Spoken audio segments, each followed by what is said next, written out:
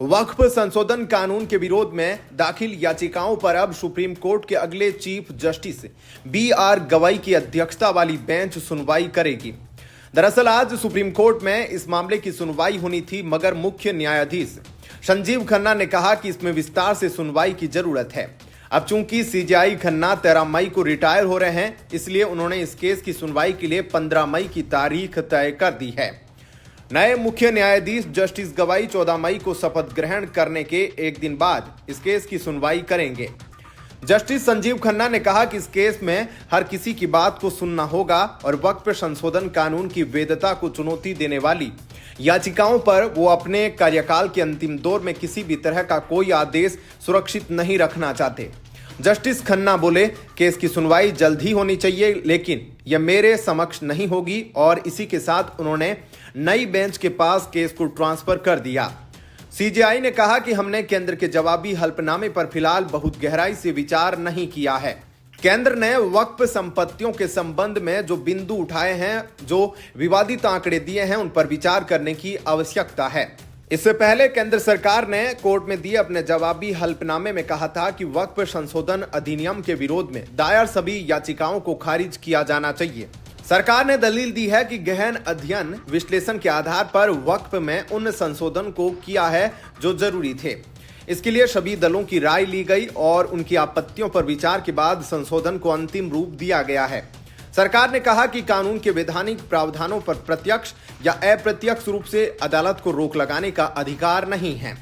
वहीं कांग्रेस सांसद और लोकसभा में नेता विपक्ष राहुल गांधी के सिख विरोधी दंगों के मामले में दिए बयान पर बीजेपी ने उन पर निशाना साधा है।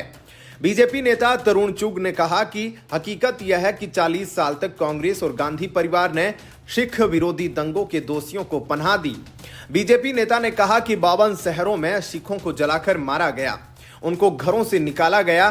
तरुण चुग ने कहा कि राहुल गांधी ने सिखों के जख्मों पर नमक छिड़का है।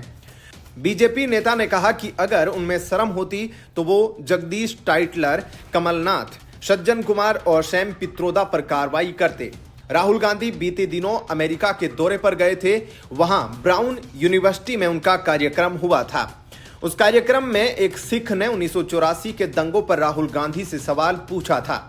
इस पर राहुल गांधी ने कहा था कि जिस समय सिख विरोधी दंगे हुए वो राजनीति में नहीं थे, फिर भी वो इस मामले में माफी मांगते हैं। राहुल गांधी ने यह भी कहा था कि सिखों से उनके अच्छे रिश्ते हैं। उदाहरण देते हुए राहुल गांधी ने बताया था कि वो कई बार अमृतसर के स्वर्ण मंदिर भी जा चुके हैं। बता दें कि पहले भी पीएम रहे मनमोहन सिंह और सोनिया गांधी ने सिख विरोधी दंगों के लिए खेद जताया था। हालांकि बीजेपी अब भी लगातार कांग्रेस को इस मामले में घेरती रहती है।